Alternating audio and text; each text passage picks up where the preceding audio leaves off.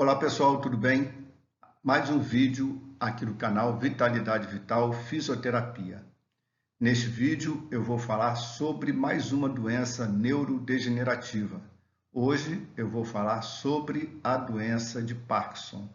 Antes de começar o tema de hoje, eu quero pedir a você que se inscreva aqui no canal, compartilhe o vídeo com seus amigos, assista o vídeo até o final e também acione o sininho para receber a notificação dos próximos vídeos, ok?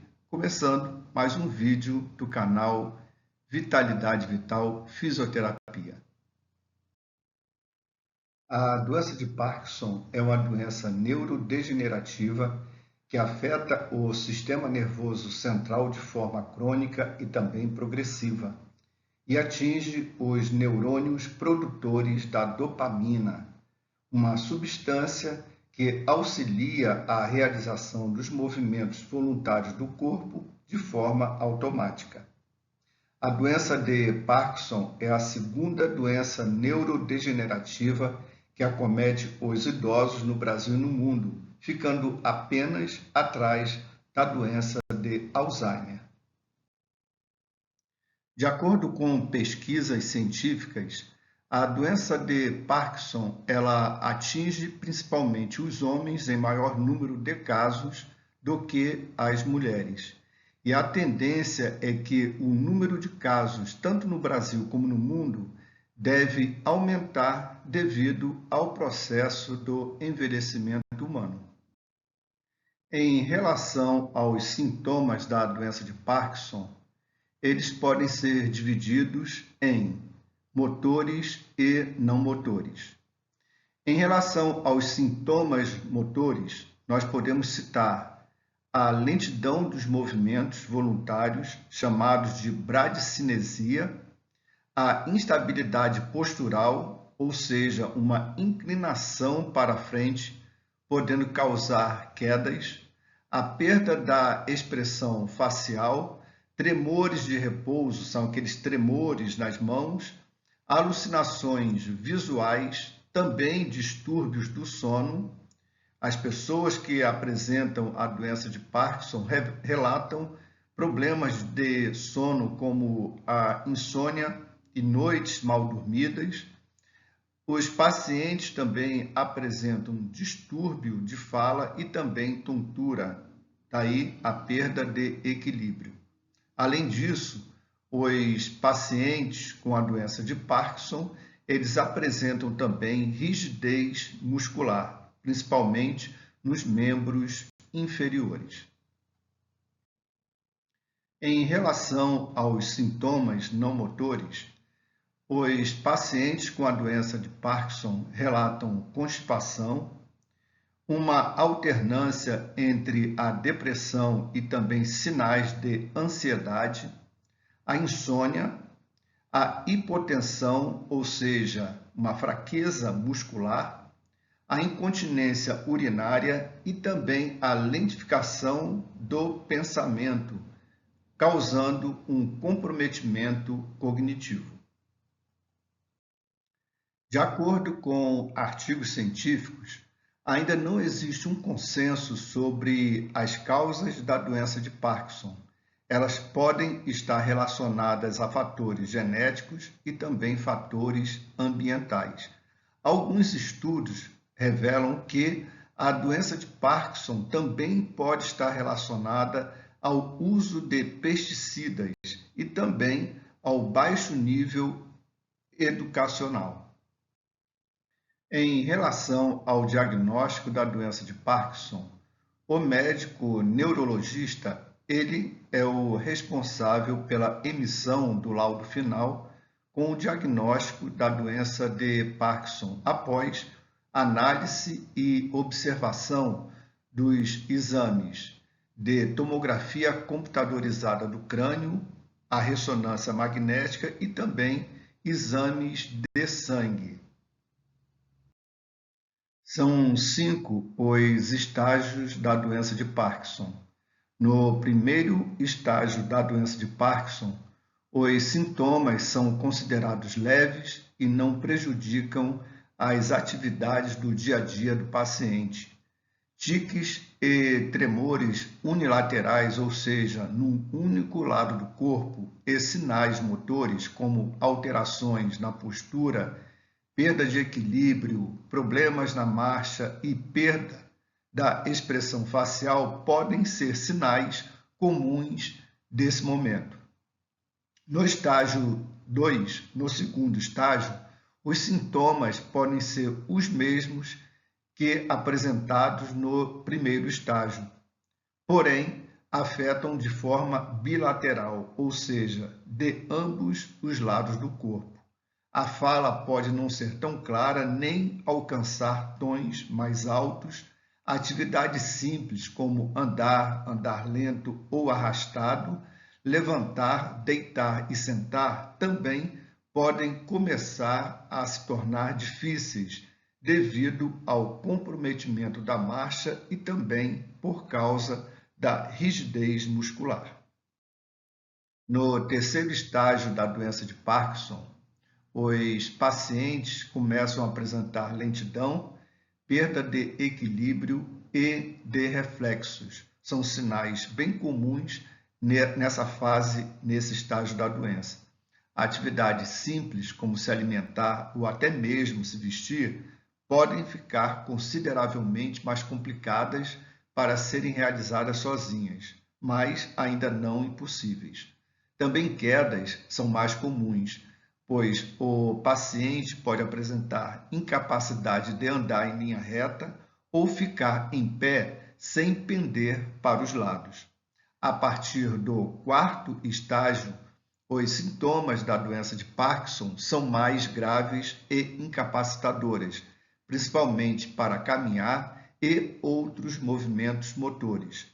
Por isso, viver de forma independente começa a ser uma grande dificuldade, já que as atividades diárias serão impossíveis sem assistência. No quinto estágio da doença de Parkinson, apresenta os mais debilitantes sintomas. Andar ou permanecer em pé sozinho já não é mais uma possibilidade. Assim, o paciente pode ficar acamado ou depende do auxílio de cadeiras de rodas. Em relação ao tratamento da doença de Parkinson, a levodopa-carbidopa é a base do tratamento. A carbidopa auxilia no aumento da eficácia da levodopa e reduz seus efeitos colaterais. Porém, depois de muitos anos, a eficácia da combinação pode diminuir. A amantadina é usada isoladamente nos estágios iniciais para doença leve, mas pode se tornar ineficaz após vários meses. Posteriormente, ela é usada para suplementar a levodopa e para diminuir os movimentos involuntários devido à levodopa. Além do tratamento medicamentoso, o tratamento do paciente com a doença de Parkinson deve ser realizada com o acompanhamento de uma equipe multidisciplinar, como, por exemplo, o fisioterapeuta e o terapeuta ocupacional, para a elaboração de um plano de tratamento para fortalecimento muscular nos membros inferiores, para exercícios de equilíbrio e marcha, treinamentos para a manutenção das funções cognitivas e do dia a dia, a ajuda de um psicólogo para orientação dos familiares e do cuidador do paciente, além do acompanhamento do geriatra e do neurologista. O tema de hoje desse vídeo é sobre a doença de Parkinson. No entanto, eu separei essa parte aqui do vídeo para fazer algumas reflexões, principalmente porque nós estamos numa época e num momento de eleição e, no entanto, nós não temos ouvido falar por parte dos candidatos algum tipo de referência relacionada ao idoso. Por exemplo, as políticas públicas em relação aos idosos. Nós temos como referências o Conselho Municipal dos Direitos dos Idosos, nós temos a Política Nacional da Humanização, PHN, relacionado dentro do SUS, e também temos um Estatuto do Idoso que já tem mais de 20 anos, um marco para os direitos da pessoa idosa. E também, principalmente, nós não temos algum tipo de informação sobre a valorização do cuidador do idoso, porque este está diretamente em contato com o paciente, tanto com a doença de Parkinson, tanto como a doença de Alzheimer. E pouco se fala sobre a valorização desses profissionais.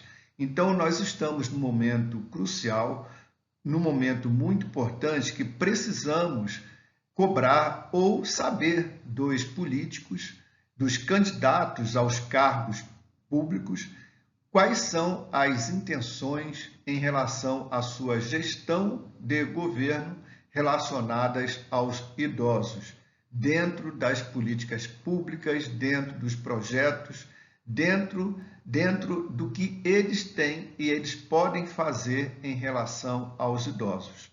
Este é um tipo de questionamento que nós precisamos cobrar dos nossos políticos. Nós precisamos saber qual é a prioridade, quais são as intenções em relação aos idosos, principalmente em relação aos atendimentos e também na questão da qualidade de vida para os idosos. Então, eu deixei essa etapa aqui do vídeo para fazer esse tipo de questionamento e também esse tipo de reflexão.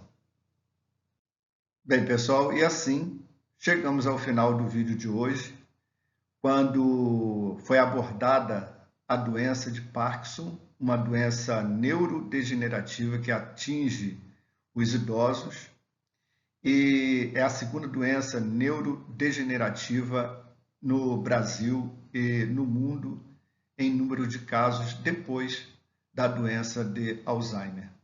Então, é um vídeo que foi feito aqui através do PowerPoint para tentar também trabalhar a minha parte cognitiva.